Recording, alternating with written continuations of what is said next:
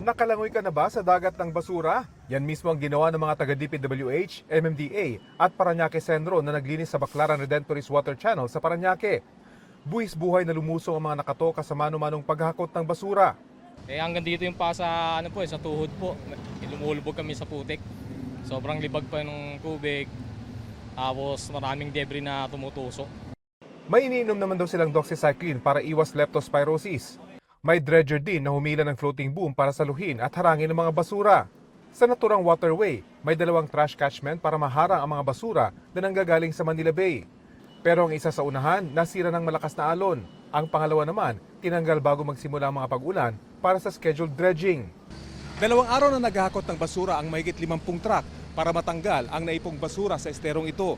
Pero ganito pa rin kadami ang naiwan. Kahapon, sa kapal ng basura rito, pwede mong araw itong lakaran. Kapansin-pansin namang nagkapera-petso na ang mga basurang ito. Indikasyon na kung hindi man matagal na ang mga ito sa dagat, posibleng malayo ang pinanggalingan ng mga ito. Maging sa bahagi ng Manila Bay sa Navotas, inanod din ang sandamakmak na basura. Naipon ito sa dike sa Barangay Bagong Bayan North. Pinapakita lang talaga na grabe na talaga ang sitwasyon ng basura natin. Talagang ako, sasabihin ko na garbage crisis na talaga to. Ang laking pinsala ang nangyayari kapag yung basura natin ay hindi maganda ang pagtapon at kung saan-saan na lang nilalagay. Disiplina ng publiko, paglilinis ng drainage at waterways at infrastruktura ang mga mabisang solusyon kontra baha.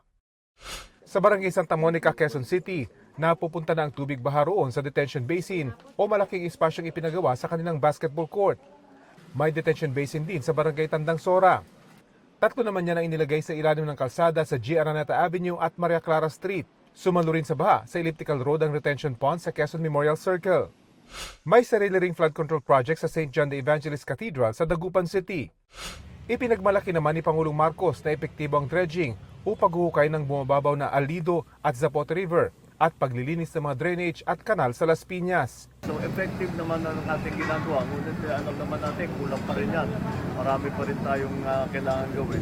Sa Mandawi City, sinimula ng dredging o pag-aalis sa naipong putik at basura sa Tipolo Matuyong Creek. Isang proyekto rin doon. Pati ginagawang drainage sa Cebu City ang ininspeksyon ni DPWH Secretary Vince Dizon. Pero sa Marilao, Bulacan, bumigay ang kagagawa lang na river wall. Gusto mo, antay mo pa malaglag ka? Umangat na yung tubig. Sabi. Antar na to. Delikado. Delikado yan. Reflex na yan, reflex na. Oh, patanggal na rin to. Uy, alis na. Ayon sa isang residente, substandard ang proyekto. Kitang-kita po na ang ninipis ng bakal, parang ampaw, wala pong poste. Itinanggihan ng kontraktor ng proyekto. Hindi po siya substandard. Ang nangyari po dyan, sinunod po namin yung sa program of works. Pinaiimbestigahan na ito ng Marilao LGU.